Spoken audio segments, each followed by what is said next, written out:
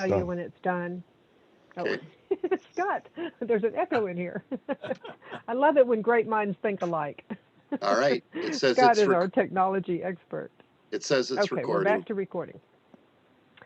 All right, so this is important that you understand that the IPR policy is structured such that any contribution made during our meetings is not subject to any royalties. We started that way on purpose to make sure that all of the work done in the CAP subcommittee is free and open. So when we discuss things on our list, anything that you put out there is understood to be free and open and available, and that no one can later come back and claim some ownership rights for things that wind up in our standards. So this meeting of subject matter experts is really outside of that. I just want everybody to understand that you can freely share where we are recording, but please don't share any IP that your company holds dear. That would not be appropriate.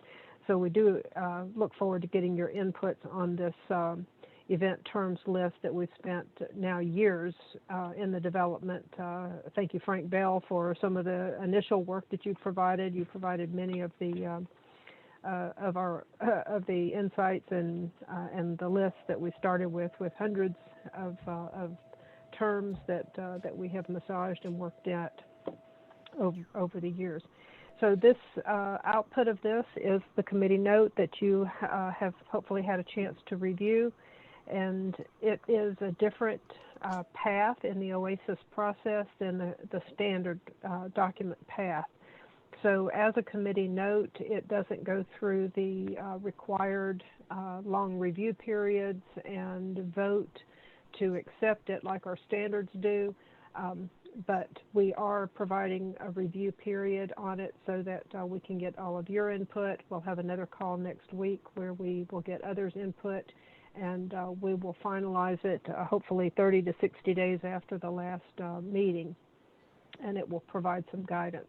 And Norm will talk more about the process for why, how, and it was developed and how we go forward in maintaining it. So I think that was all that was on my list to discuss. If I've forgotten anything, let me know. Otherwise, I think Norm is up next. Good morning, everyone.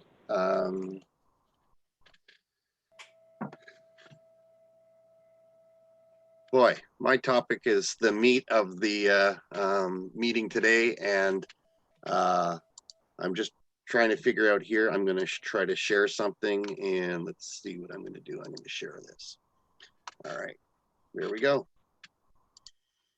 So if is it still there? Okay. So I'm going to talk about the aspects of the list and the decisions made in the development. Well, a lot of that goes into the material that precedes the list in the document itself. And I wanted to say that over the years with this exercise, we've been getting more and more stuff in that has made it very difficult to distill it down to something simple and easy to describe, all in a short committee note. Therefore, the committee note, as you can see on the screen in front of us, has a table of contents that's approximately 100 pages long, and there's a lot of background material. Excuse me, Norma, I'm not seeing your screen. Okay, I've shared it.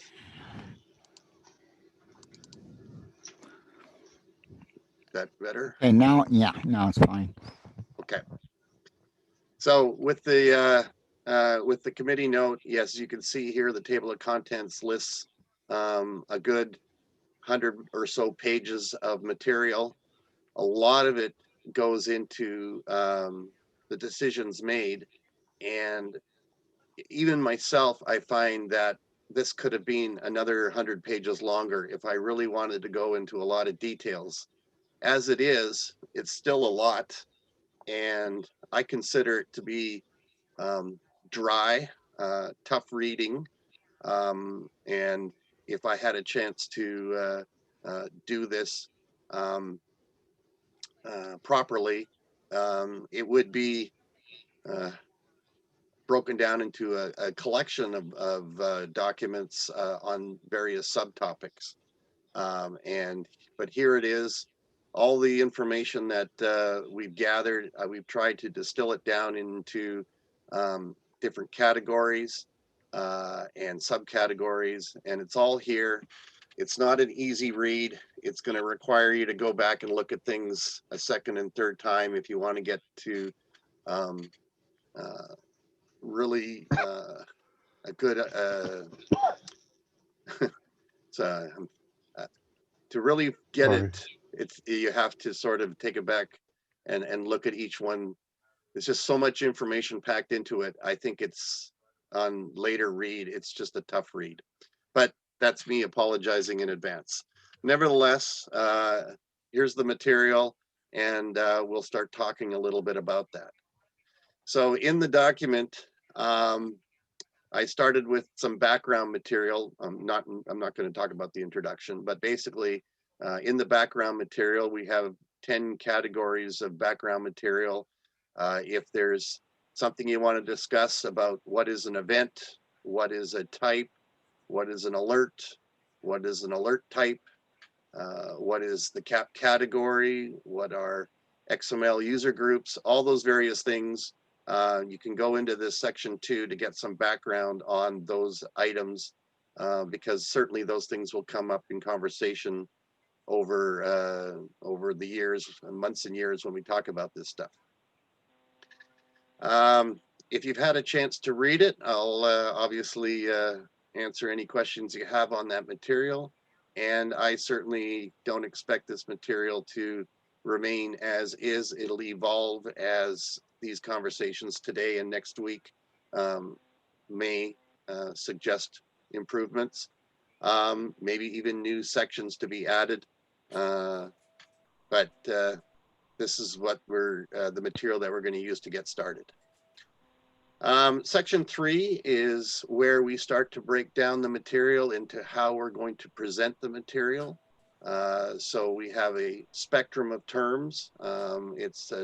We're using the word spectrum because it's a range of terms, and the range of terms do not have consistent definitions around the world.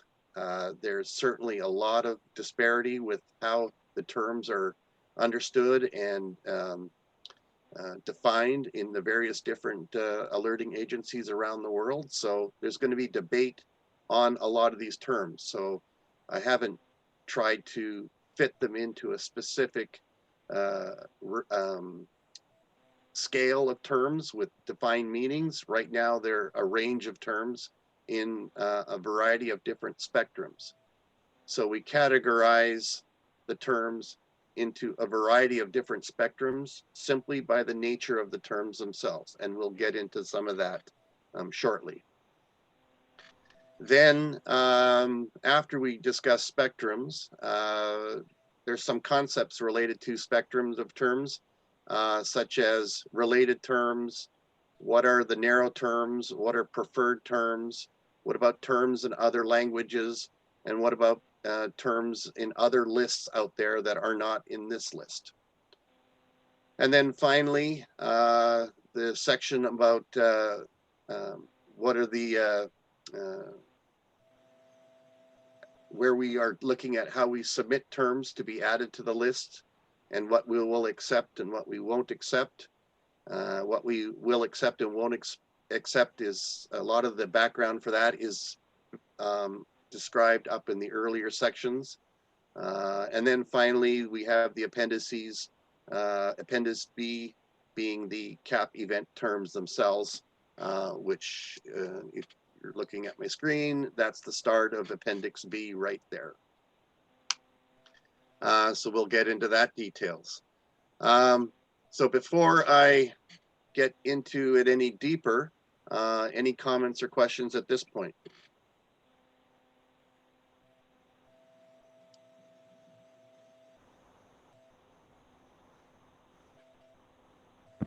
You know, you might, I'm sorry, I didn't have my microphone in place. I know it's back in the beginning, but I think it might be helpful to, describe the distinct differences between an event and an alert. Okay, I can do that. And then switch back That's to one of where the you things that were. sure, I'll start with that in the background section. Sure. Anything else? Anybody else wants to, Elliot? Yeah, so I'm not seeing in the table of contents that you describe an online service for accessing these. Is Yeah, that something that's been stood up or intended to be stood up? well, that's part of the next level of work on this. I'm not sure how that's going to happen. This is just the background material for such future work. I would be talking to Elisa and others about what that could entail. So this is the background subject matter, and then the service of presenting that out, such as in an online thesaurus or such, is a next activity to go with it. But if the foundation isn't solid, then that work would be constantly interrupted as we go back and fix the foundation. So this is the foundation. Well, right, but as you're designing the service, you might find that there are things about the thesaurus that can be done differently. And may I just suggest, if it's okay, that I would like to check with IFRC and Google if they would be willing to put that up in a manner similar to the What Now service. I don't know if all of you are using the What Now service, but it's a very handy way to get those suggested texts for description instruction. And of course, event terms is part of that. So, All right, so who's the contact for that? I just sent a note here to Brad Goldstein on the Google side, but on the IFRC side, it would be Bonnie Haskell. I've sent that to Jake, her contact. All right. Yes, thank you. Yeah, we'll make sure that we follow up there with regards to finding out if there's an opportunity there. Yep. Yeah, it would be really nice if those worked in a similar manner, because if you're using one, you can use the other the same way. It's a cloud-based service. It's free. All right. Any other comments? Yes, just remark that I do think the event terms list is very inclusive, as it is, and that the concept of having the spectrum there, I think is great as a way to provide for whatever flexibility is needed. Thank you. Anybody else before I dive into events and alerts?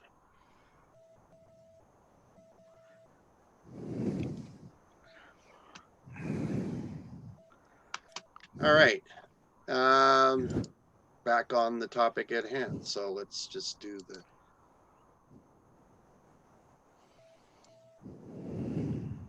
So within the committee note, simply put, the description of an event is something that happens in a given place during an interval of time. And we have to recognize that every different alerting authority out there that wants to create an alert about a specific event has done a lot of work in defining those events and setting the criteria for those events. And everybody does it differently. And naming those events is very, the practices are very wide and varied, and that's the difficulty that we're trying to corral in this exercise to some degree in order to allow for certain measures of interoperability to occur. So events may or may not even be significant. But if we want to put out a public alert on a significant event, we have to define the criteria level for that event. Using wind as an example, a light wind is something that we normally don't issue an alert for. We could, but we don't normally do that. But what is the measure or the level marker for when we issue a wind alert? Everybody has different opinions on where that level marker should be and what makes it a significant event. So the section here in the background on the committee note talks about what is an event.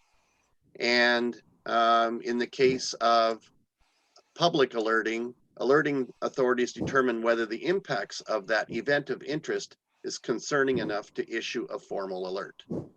So we understand that an event and alert are not the same things. The event comes first and the alert comes second. So the event can be an existing event that's occurring or an anticipated event in the future. And we would be putting out an alert with the event as the subject event of the alert. So we recognize that the event is critical to an alert. I'm just going to skip over interoperability and quickly just describe what is a type. To type something is to declare something formally or informally as sharing similar characteristics to something that went before it.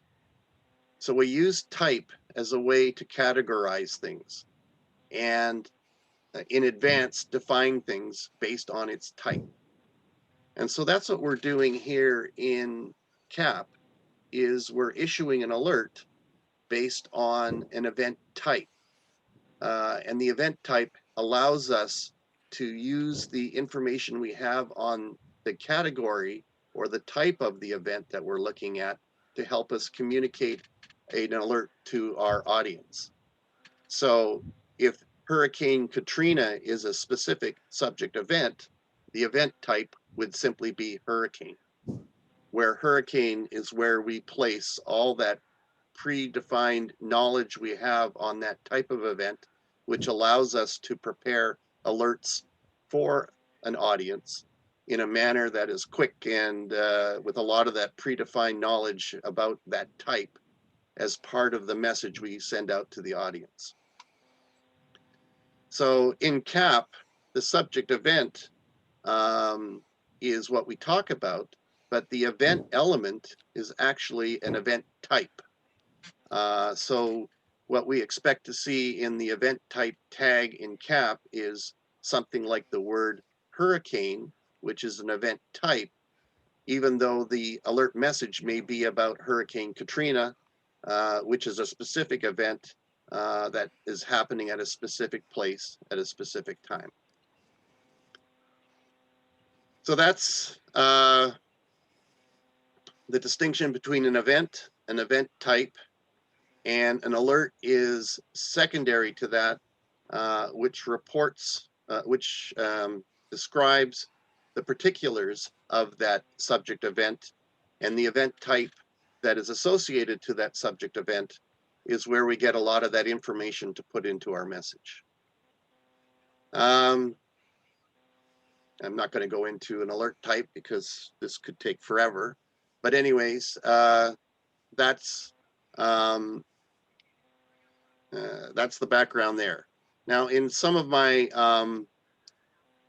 training that I do for my staff, and I ask them the question, what is an alert? Is it a warning? Is it an event? Is it a signal? Or is it a message? I get all four. I get people who give me all four as an answer.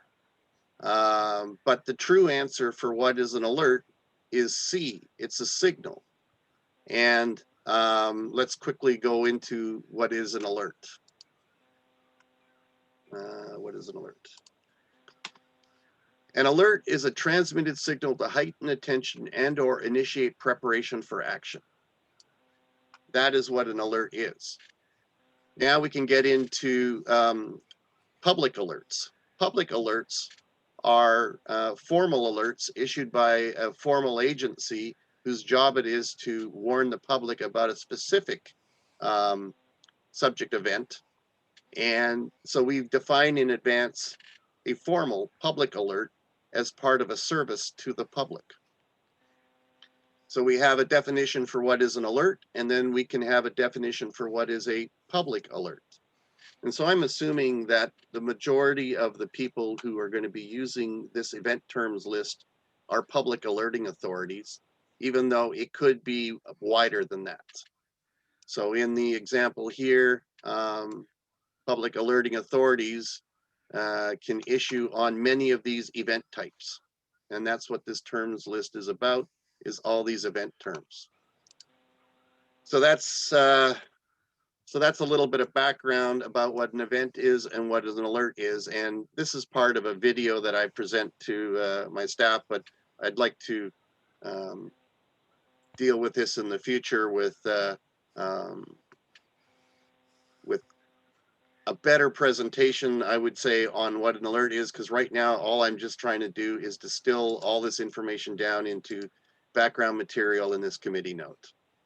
Anyways, let's jump over to spectrums. Terms can be very specific or very general depending on the information that needs to be conveyed. So we could have an event like a wind event down here that could be described more generally as a storm event, or even described more generally as a weather event. Or if you have a specific client, it could be described more narrowly as a small craft wind event, if you have a specific client group that's interested. So that's where the event types start spanning a spectrum of terms. All these terms can appear in an event terms list for use in CAP messages. And right now, we have a variety of terms in here that span the spectrum, but we can definitely agree to the fact that this list is woefully incomplete, and there's a lot more terms that could go in here that fall across spectrums of terms like this. And we're certainly missing a lot of terms. We're certainly not presenting at this point in time terms in other languages. And so this is the foundation for the list that we want to start having the list grow and evolve with new terms being added as people submit new terms. But the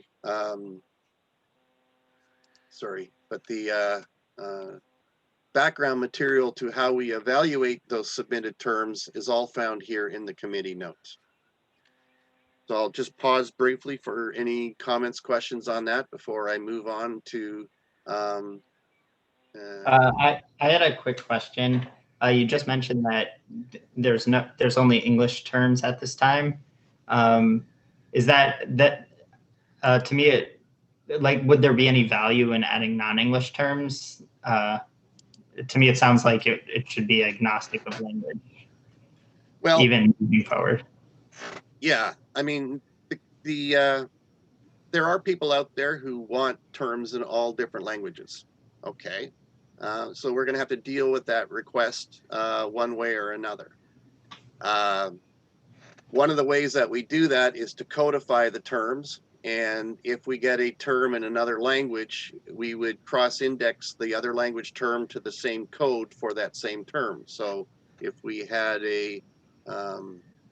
I don't know, a blizzard in another language, they would all be identified to the same code. So whether we publish other language terms, that would be something to discuss in the future.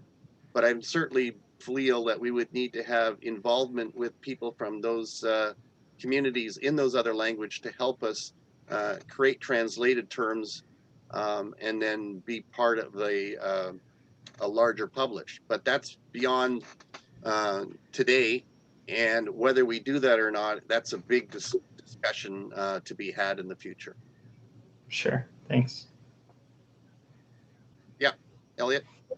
Yes, and there are hundreds of languages that would make this thing grow exponentially. So I really think that relating back to the code is the way we should encourage people who operate primarily in a different language to make use of this. The problem, of course, is going to be in some languages the fit isn't precise. Right. But we could simply, allow, multiple codes or annotations in their own usage guidelines for that. I don't think that the highest level of precision is ever going to map precisely, but when you're at the broad part of the spectrum, there should be fairly good concurrence across other languges. That's exactly the right code to use. Yeah, that's exactly the feeling on that. That at some of the narrow levels, there won't be a direct translation, but possibly at the broader levels, it will still work, and we can then encourage use of some broader level terms and codes for that purpose. But that's, there's going to be a number of examples that come forward that expose some of the peculiarities of doing this. And I know this is going to be an interesting exercise over time as we come across cases that just don't match any other case that we've come before it. So, all right. So as I get into,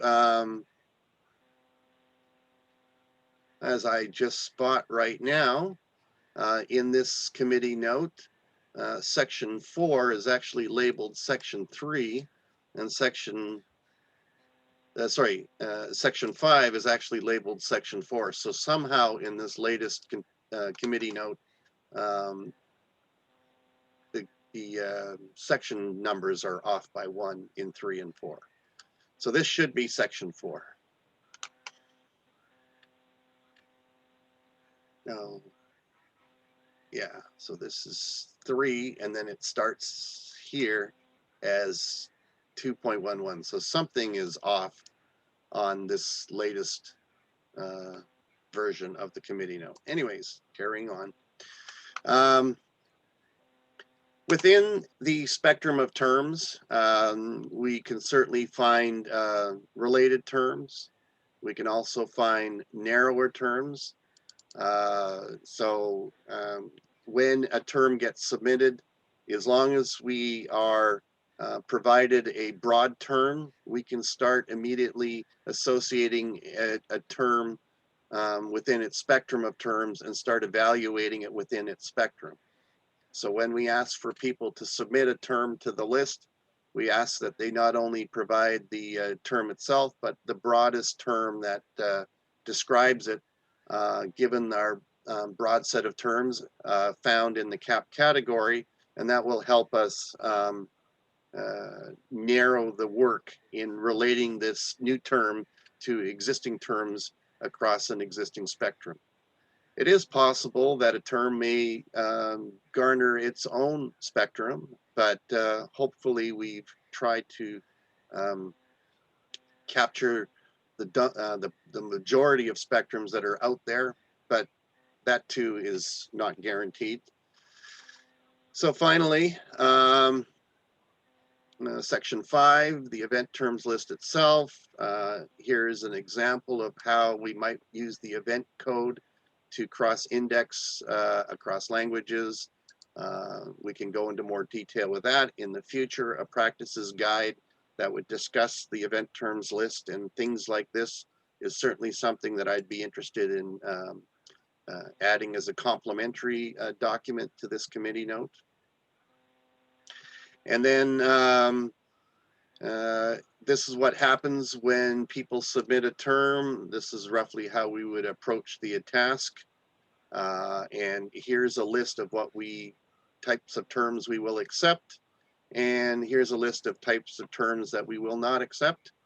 It's just a way of helping us organize the submissions into the list, just so you know what we're doing with the submission.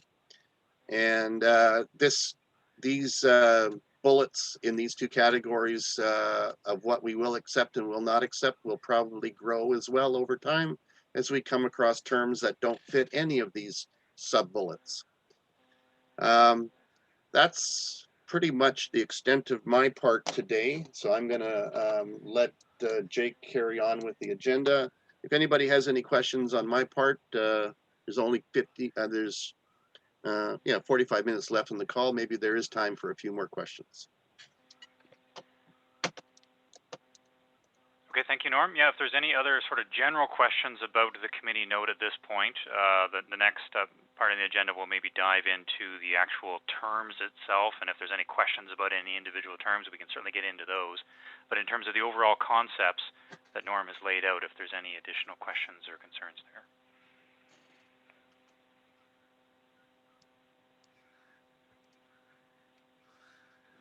Hi, this is Lisa. I just want to let you know I'm on the call. I didn't bring back up the Zoom because I didn't want to interfere with the recording that's now going on with Norm being the host.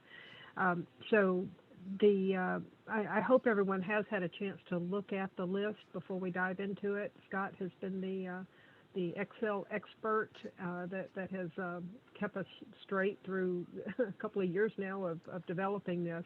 On the subject of languages, I know Frank Bell has brought us terms in so many different languages to be considered, but that is something like I heard Elliot mention, and we've all agreed that's such a huge effort, and we have to remember that we're a small group of volunteers, and what we can do and be responsive to, we have to keep in mind. And I know Norm has given a lot of thought to how do we maintain this thing over time, and how we version it, and I think at some point we'll need to discuss that, and as we've had some discussions. And so next up will be Scott, and we can get into some of those details, and it looks like we'll have some good time for questions and answers afterwards.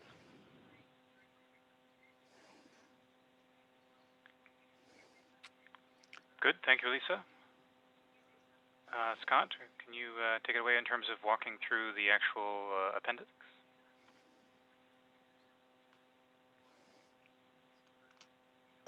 Yes. Norm, rather than telling you to go up and down the list, maybe I should share mine now. Sure.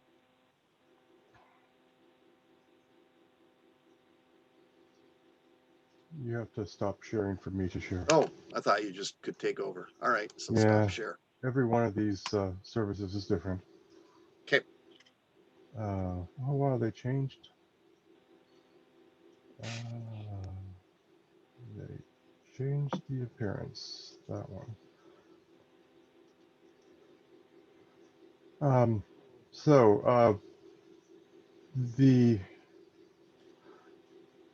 concept is, I mean, at the very basic, we have a list of terms and assigned event codes. The event codes, while you see them sequentially, they are not intended to be sequential. They will, you know, if we found another event term to be added that was started with an A, it would be inserted in the appropriate alphabetical position, and it would get the next code. Randomizing wasn't really seen as necessary at this point in time, the event codes, so we just created these. There are the three columns: the terms, the groupings, and the CAP category codes.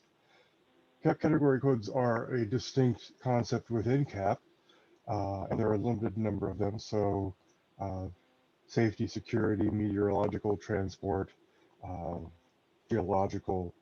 For any one event term, it may exist in more than one category code. So an air hazard might be a meteorological issue, or it could be a transportation issue.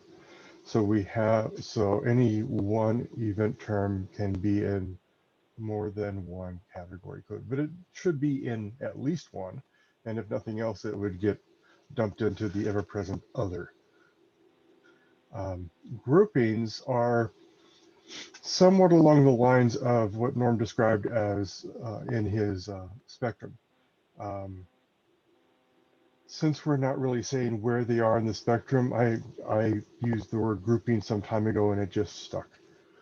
So as you see down the list, there are, in this particular area, there's a lot of aviation hazards. So whether it's an aircraft crash, an incident, an airport closure, airspace closure, these are all aviation specific.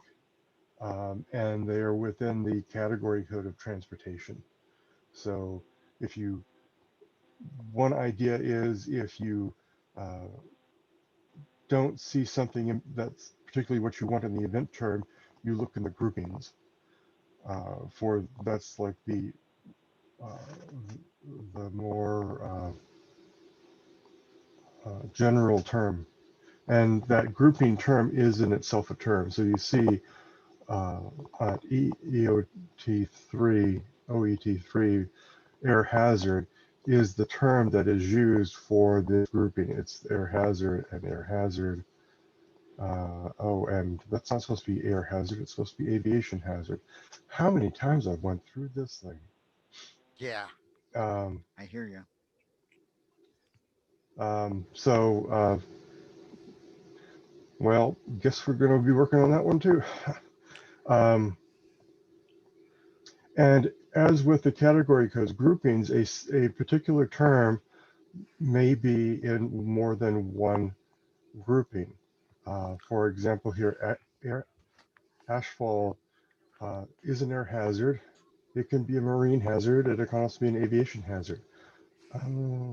So I need to figure out aviation hazard might be two different things.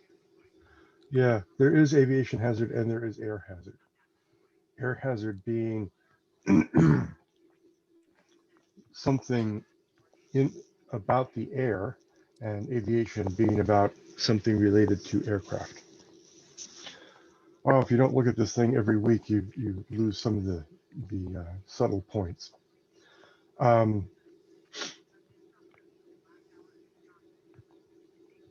As was stated, we have a lot of terms,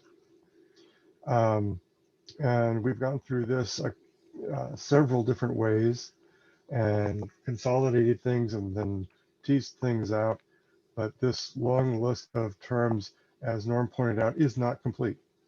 It probably will never be complete, but it will be a living list. So there will be a need to have uh, uh, different groups provide feedback on uh, terms that are not present, that should be present, and then those terms will need to be evaluated and, if appropriate, inserted back into this list.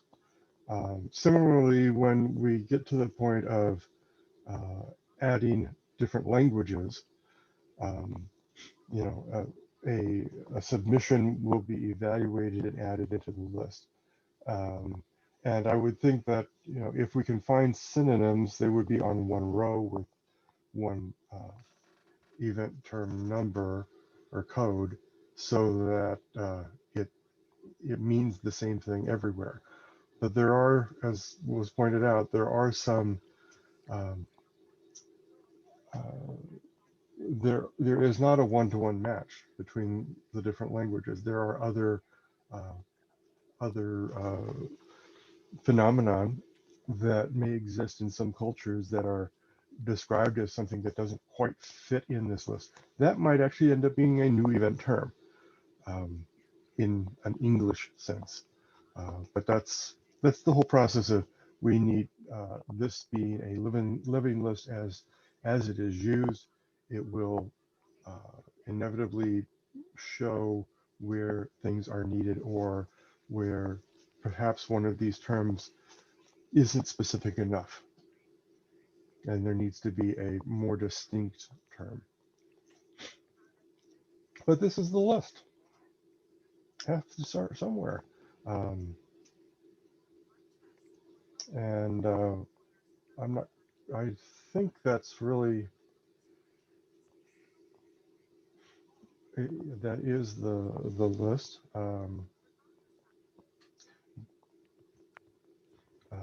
You might If want there to are go any into, questions, excuse me, Scott, you might want to go into sibling terms and what that means.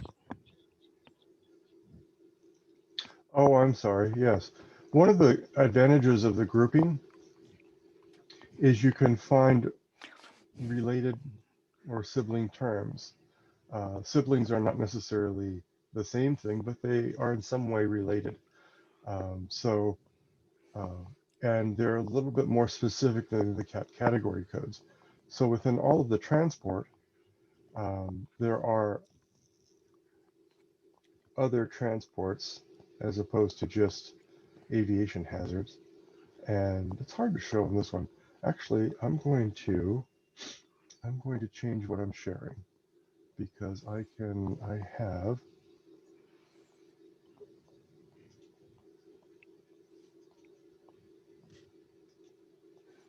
this was actually generated in as a Google Doc or a Google List sheet. Yes, sheet. And the advantage here is I can do things like I can say, well, just show me all the transport, pure transport, because I don't have enough.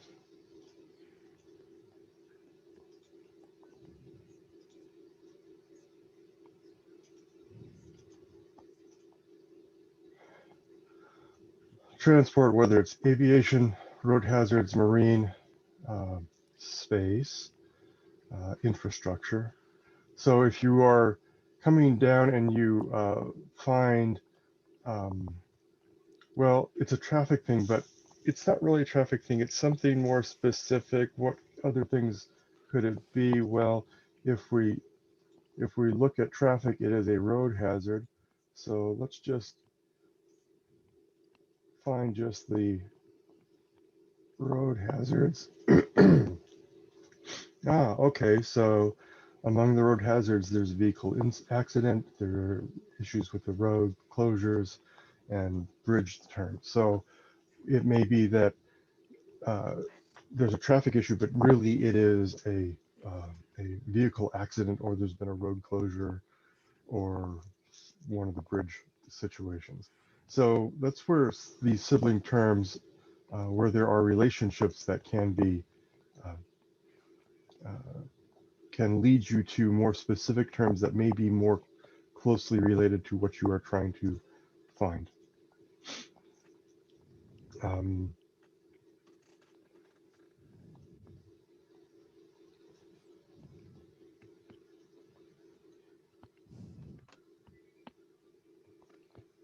And that's what makes it look more like a thesaurus than a dictionary. Yes. And that actually was something well, it existed in the very, very early versions, but we had a lot of question about whether what these groupings should be, and should there be multiple levels of groupings. The multiple levels of groupings, so like if there was within transport, there is aviation, there is airport. So do you have 3 levels there, or do you just try to provide one level of sibling association? And it wasn't, we went back and forth about that. We ultimately decided not to have an extensive hierarchy of terms. One reason that it's a little difficult. Elliot, are you getting my attention? Yeah. I saw your hand up. Right. When you have a break. Oh, the rest of the editors know I can keep talking forever. So. Oh, okay. Please, So yeah, question. I see the word issue occurring here and there. If you look at OET 12, the word ambulance is kind of sitting by itself. I assume you mean there's some kind of ambulance issue and it's a subtype of the health issue. Does the word, I mean, it would either be you put issue everywhere or you don't put it anywhere. Seems to be just sometimes there, sometimes not. Maybe even the same with hazard. Well, Yeah, those are two of the terms that we wanted yeah, to put into the more general category. Actually, Rex, the term issue and hazard, we don't really want to put into the event terms because we have it in the groupings. we have it in the groupings, but Yeah. not in the event terms themselves. But the groupings are themselves Well, terms. Well, Yeah, so they are in there, but we've tried to limit their use because they're. Well, let me just kind of I go the think- other way. I think in common practice, IFRC, for example, would say this is health. The fact that it's an issue is, well, that's obvious, or we wouldn't be doing an alert. Right. I'm of the opinion that the term issue should not be in that column B. Yeah, we should probably say the word issue. You know, Yeah, the word issue should not be in the column B. Let's see. and it might be the same with hazard. Hazard is sort of a super type of event. You have hazard threats that give rise to events. I'm not sure that, again, if you're going to use hazard some places, you kind of use it all places. So why use it at all? We tried to, just to let you know, we tried to make a distinction. It came down to what the group approved of, one way or the other. Oh. We discussed it, but Yeah. I think part of the problem was whether the word that we had, like, well, air, hazard, and aircraft incident. Aircraft in itself didn't describe an event. No, Norm, aircraft you were incident is good, better at this than I. but it could be an aircraft incident issue. And I was like, yeah. Anyway, Yeah, so its issue became redundant in a lot of them. So we tried to take out redundancies within the terms, but there were some where it was the only thing that made it seem appropriate. okay. And another granted, thing, just at yeah, the it doesn't. okay, at the general semantic Yes. level, so we see when I look at terms in actual use, I see people say flood, and then many people will use the plural and say floods, and other people will use a gerund like flooding. Do you give any guidance that which people should use? I would tend to encourage people to use whichever one is simpler. So flash flood rather than flash flooding, and a freeze rather than freezing. Is there any guidance in here about that? There isn't, but that's a good comment. I've written that one down. I can talk about that in a later version of the committee note. I would note also when you do that in some languages, I'm not sure, but I think French, you don't even have it. The flooding doesn't translate. It's just flood. If you go to French and come back. Yeah. Yeah. I would just say at this point in time, it's Norm talking, that I'm of the opinion that I would just try to limit it to just flood and not encourage the use of the words like flooding or floods in plural. That would be, I've written it down, and that's something I can address, but that's my preference for later discussion. And to that, part of this session is to get this kind of feedback. So this is, Elliot, what you're asking was exactly what is needed. So it's I also wanted to echo what Elliot was saying. Well, kind of the types of question that this brings up is, I feel like, not the types of questions that you want to be dealing with, because it's really a rabbit hole. And if you're planning on expanding to other languages, it's just simply not going to be scalable. And we're not linguists, right? Like, we're meteorologists or whatever. And I think that, if we defining the event codes is the important thing. But it seems to me that the event code should be the canonical way of communicating about these things. And we could have, our own definition, which describes these things to people who are making CAP. But at the end of the day, I think the only thing that should matter is the actual event code, which is unambiguous and language agnostic. And it just seems like something that is impossible to tackle generically. So why even focus on that? So Brad, if if you, one of the things that you can pull out of the committee note is commentary to that point. It's tough because it's so full of information. It's tough to pull out things when you first read that committee note, but I did address that in there, and that's exactly the point. I would like to encourage that it be mapped through the code, and that that we encourage people to use their own terms and their own languages in their own way in the event element itself. They're welcome to use our terms that are here, but really to make it interoperable, we have to communicate through the code, and we are asking them to map their terms back to our code as best as possible. Great. Maybe some people might have pre-formatted messages for each item in the spectrum of each code, and the details as to whether it's flooding or whatever could be incorporated at that aspect as appropriate in each language. That's true, and they can also use the headline if they want to put flavor into their wording in how they communicate to their audience, where in the event element itself, it's simply what type of event is this?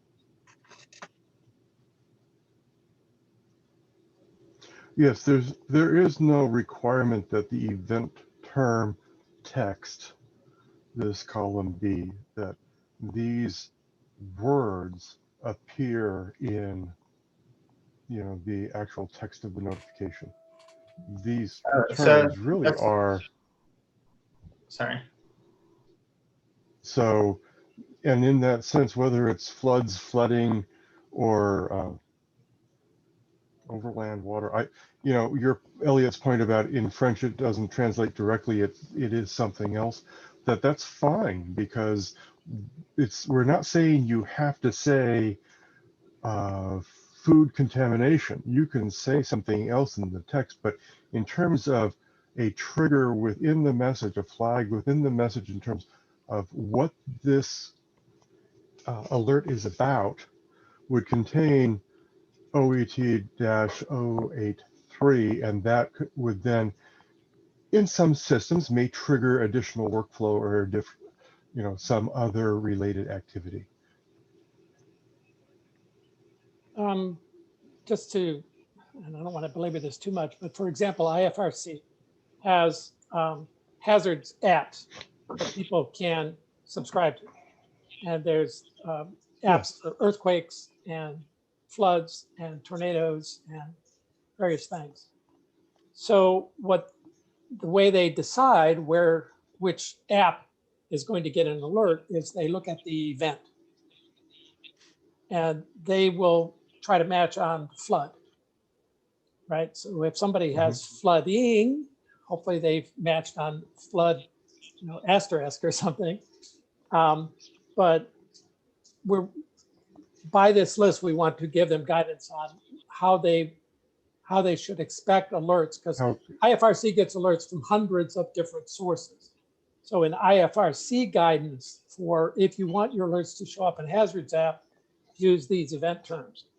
I would hope that IFRC would take this list and say, great, like the event code, and of course they're in all kinds of languages. They're in hundreds of languages already.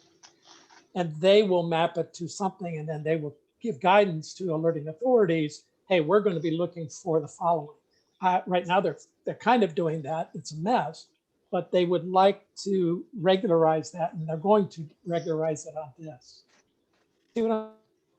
Right, and that's why we would encourage that all those originators of CAP map their terms back to an OASIS event code term, an OASIS event code, so that the IFRC can use that coded value to then map to whatever they want to do. Well, right, but ultimately it's the alerting authorities' interest is getting their alerts redisseminated by others like Google Public Alerts and IFRC and AccuWeather, and it's those folks who are republishers that I think need to really guide toward, please focus on the event code, and here's the terms that we use to relate to that. And the closer we can get them to the things that they, recognize as, similar to what they're already doing, the more Right. likely And are to pick up on it. yeah, and that is why I've always encouraged that the headline be used for where they want to flavor their words. And the headline is what shows up in their, in the presentation to the audience. But the event element itself, whether it gets displayed or not, can be more um, standardized to some degree. And if people start understanding that headline is meant for that flavor, then yes, we can do that with the event element. I'm not sure that I would agree with you that the headline has that universal constructed string from other pieces. But anyway, that's a different topic. Yeah, so, but nevertheless, OASIS doesn't have any jurisdiction over authorities' use of terms Right. in any of their systems. So it's just an encouragement. Right. But the closer we get this to real practice, the better off we'll be, I think. And that's where if you have examples of well-working systems or good working systems that use things like the event code to cross-index the information, and others see that working well in those good systems, that over time they will migrate to those same practices. Right, sort of.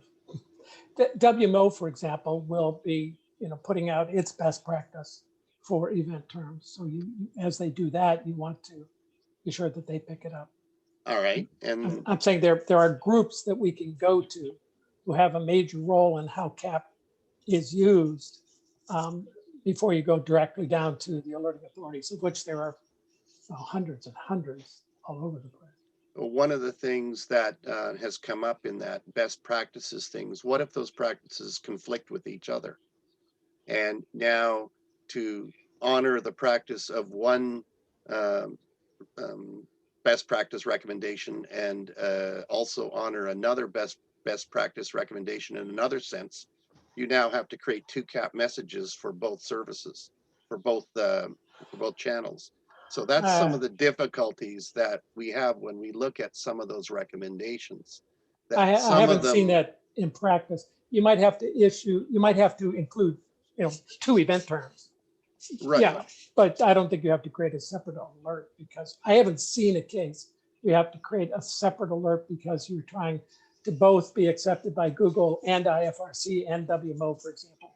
So you can They have only, different requirements, but they don't directly conflict such that you couldn't do them in the same alert. well, you can do that with two event codes in the same message, but you Right. can't do that with the event element itself, because the event element itself is constrained to a single instance. So I can't put both words in there unless I put a delimiter in the element itself, event. I thought we had a lexical rule. For Comma? event code, yes, but for the event element itself, it's a single instance element in a CAP message, and so I can only use it once. Okay.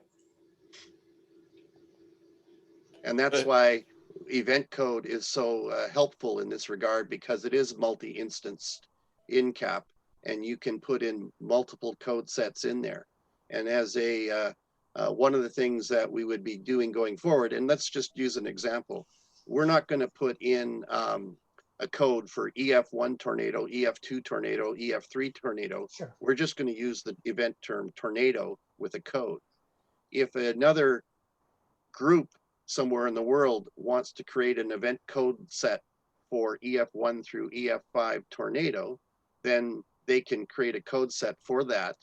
And because event code is a multi-instance element in CAP, then both event code sets can be referenced in a CAP message.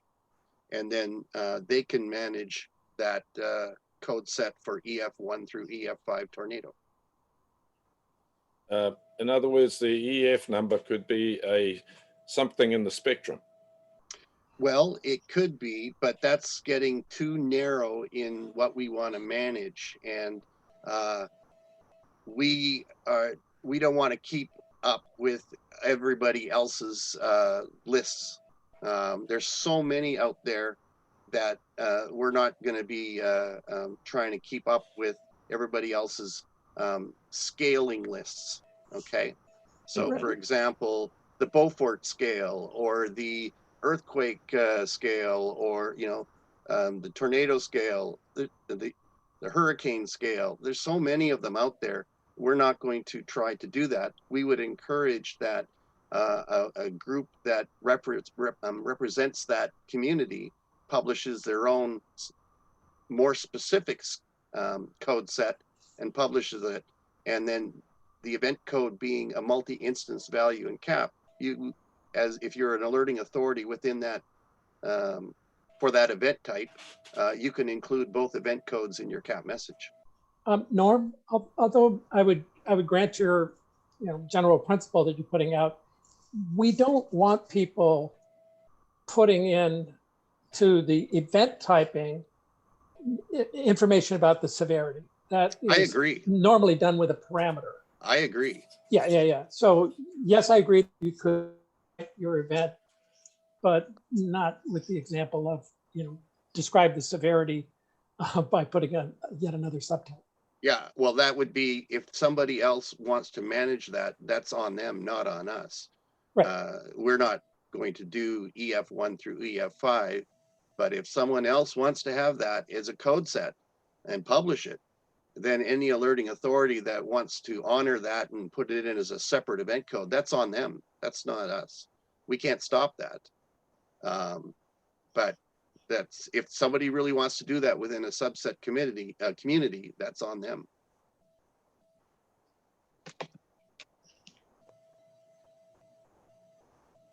Somewhat related problem.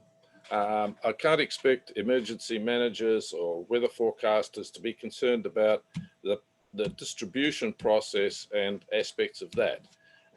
For example, when you have a message processor for CAP in a broadcast environment, then that's an environment which is controlled almost always by an automation system. And the present issue in the broadcasting world is that there is no defined way to integrate these two devices. Currently they're operating completely independently, and that's a reason why broadcasters are not particularly appreciative of, let's put it that way, of emergency alerting. But to be able to integrate it, it could be done, but by having variations. For example, if you have a statement, or if you have an advisory, or if you have a warning, these could be considered as different priorities by an automation system.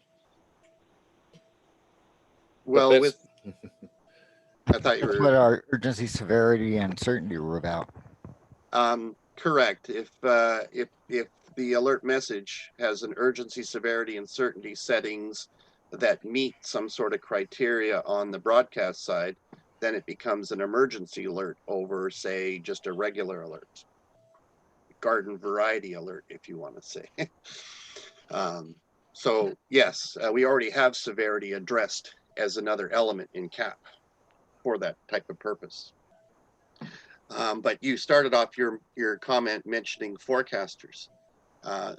In my service, the forecasters aren't involved in setting the CAP setting. They're involved in attributing the event based on things like severity and such, using their own system.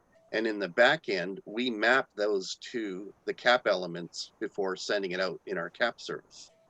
And if it meets the requirement of an emergency level alert, then it's marked as an emergency level alert in that back end process. So our forecasters are just asked to define the attributes of the event themselves, and then the back end system makes the determination if it's emergency level. But that's just our service. Others do it differently. Others have the forecaster make the decision that it's an emergency level alert directly at the interface. So we're dealing with those types of variations.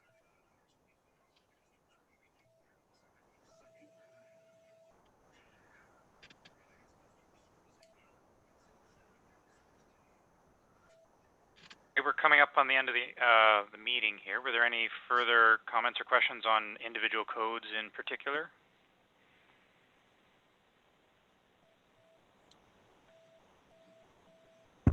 No, but I would appreciate it if Norm would note his observation that sections 3 and 4 were reversed. We want to have that as a specific issue so we can track it in the CAVI and the in the CAVI system, and that would be very helpful. I think the numbering of paragraphs was faulty as well. Yeah, it looks like we went through that numbering several times and we fixed it, and then somehow it creeped back in and got missed on the final round. So that's what happened there. But yes, the whole numbering thing will be updated. Yeah. Well, this is Herb, if I may. Actually, I noticed that there are two versions of the most recent document out there. One is under the committee notes folder in the CAP subcommittee area, and the other is the one that Norm was using on screen, which was a version 3, I think, of a draft committee note. So the one that's in the committee notes folder, which was, I think, dated November 15th or something like that, and I think Norm's was dated October 30th or something like that. The one that's dated later had the updated section numbers and paragraph numbers on it. All right, thanks for that, Herb. Hopefully that's means our problem is solved, and I just have to reference the correct one later. So good. If I may just briefly make an observation on the discussion that we had earlier on the issue versus hazard terminology. I don't know whether that was, I was not involved in that. I've been more at arm's length on this process, but the term issue and hazard could be an effort to differentiate gradation of the event. Issue is typically something that may not do harm, but hazard definitely, as part of its definition, is something that can do harm. Issue could be something that if an additional activity or additional something or another occurs, it could become a hazard. So you want that in there as a potential, for becoming a hazard. That's just an observation on my part.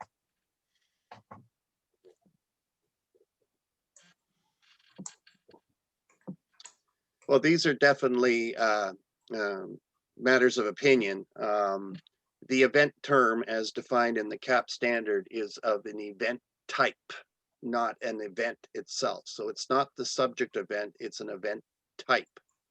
So is a issue is an event with the word issue as part of the wording for that event considered a type or not? Because the event type just helps us learn from the past what we want to say in our message today to our audience. And that's how we categorize events.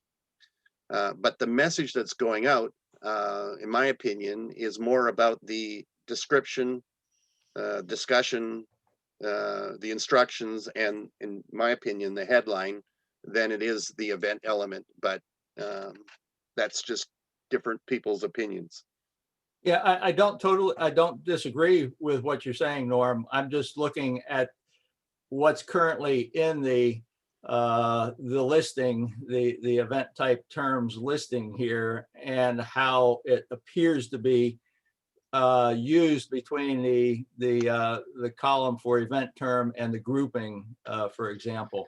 I was just doing that on an observational basis of what we have in front of us. All right, thanks, Herb. And to be honest, myself, I was more focused on the terms in column B than worrying about column C in my review. But point noted. Thank you. Okay, do we have any further comments particular to the event terms themselves before we wrap up the call today?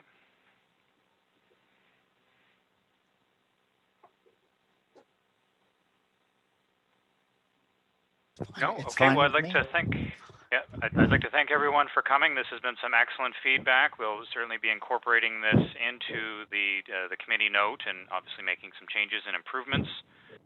Some excellent thoughts from Elliot in terms of how to maybe turn this into the service that we're envisioning, and so that we can better manage this going forward, and then making it available to others to use and then incorporate into their practices. And so, yeah, just before we close, if there's any final thoughts from anyone before we wrap up, I think it's been a very productive meeting, though, overall. But I just, This is Alicia. I just want to also thank you for that. And any comments that you have going forward, please just respond back to Jacob. You can also put them on the list, but since this is not a standards document that we have to be concerned about that, it's fine to just send them to Jacob, and we'll make sure that they get incorporated. And if there's anything to be concerned about that needs to go through the IPR concerned comment list, we'll let you know. So thank you. Go ahead, Elliot. Sorry. I just wanted to congratulate all of you who worked so hard on this. You've really done an excellent job. This was a tough nut to crack, and you've really gone along with it. Thanks. Agreed. Well, coming from one of our toughest critics, that means a lot. Oh, for sure. Thanks, Elliot and Scott. You've done an awesome. You and Norm, I mean, and Rex and everybody's input. I know Gary's had to be silent while he's at another meeting, but everyone's input has been wonderful as we've worked through the issue hazard over and over, and then of course Frank, you providing that great list of a starting point. So. We do appreciate everyone's input. We'll have another meeting next week. You're, of course, welcome to join that one as well if you want to go through this again. Hopefully we'll have IFRC and some of our other partners that perhaps WMO as well that weren't able to make this call. So look forward to that and getting this thing finalized so we can get on to our next bit of work that's been hanging fire for us. Lisa, do we want to make use of the JIRA system for the corrections and suggestions? Absolutely, I think that's the best, don't you, Jacob? If they send it to Jacob, Jacob would be in charge of putting it out separate, a separate issue to the list, to the JIRA list to track. If that's okay with you, Jake. Yes, that's fine. If everyone just sends things through to me, I can put them in as individual JIRA issues, and then we can deal with them that way. Yes. Excellent. Thank you. Thank everyone. All right, if there's nothing further then, we can probably close out the meeting. You've got the recording going, Norm, so the information should go to you if you can then pass that along, and we'll make the recording available to everyone for future reference. Okay, so Thank what you're everyone, saying. and have a good day. Thanks. You. Yep, Norm, if you want to stay on just a minute, we can talk about how the mechanics of that. Okay. All right, thank you everyone for coming, and have a good day. Okay, thank you. Bye. Thank you, and be safe. Yes.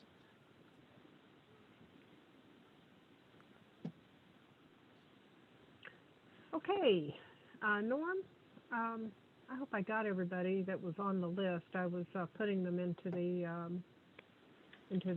observation list in Oasis. But as far as the